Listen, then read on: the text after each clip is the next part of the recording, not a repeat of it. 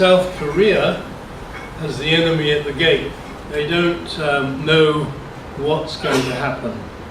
They just hope that the worst doesn't happen.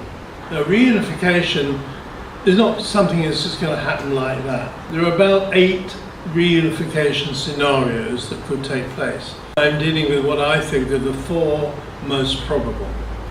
And the first of these is that the North could collapse. And my own view is that if North Korea is going to collapse, it's going to be at least 10 years before that happens. It's not doing quite as badly as everyone would make you believe. It's stable enough to be able to hang on. Scenario 2 is really neither war nor peace, but the status quo. Scenario 3 is reconciliation, a negotiated settlement between the 2 Koreas, aided and abetted by Russia, China, United States and Japan. Finally, it just improved relations, what we might call normalization.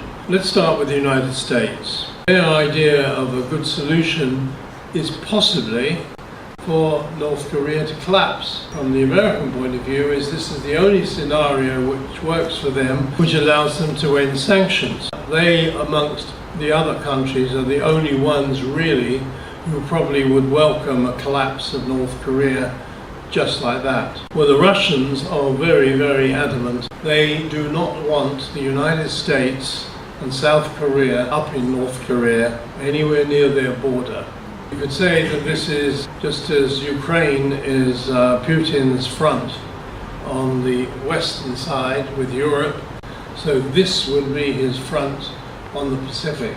Japan really would like to have a peaceful, market-orientated solution, but they know that if there's a negotiated settlement, they are going to lose a hell of a lot of business to the Koreans, because the United Korea is a very, very powerful force. The Koreans are already, as they are, very competitive with Japan. They don't want to see that happening in the near future.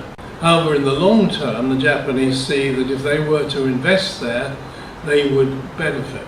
The Chinese are the big winners of all this, because not only have they got all the trade with North Korea, but they've also got a lot of trade with South Korea. Their ambition is to have a free trade zone, an economic zone, a bit like the EU, right across the top of Asia, involving Japan, and that's what they're working towards. But they certainly don't want US forces in Korea.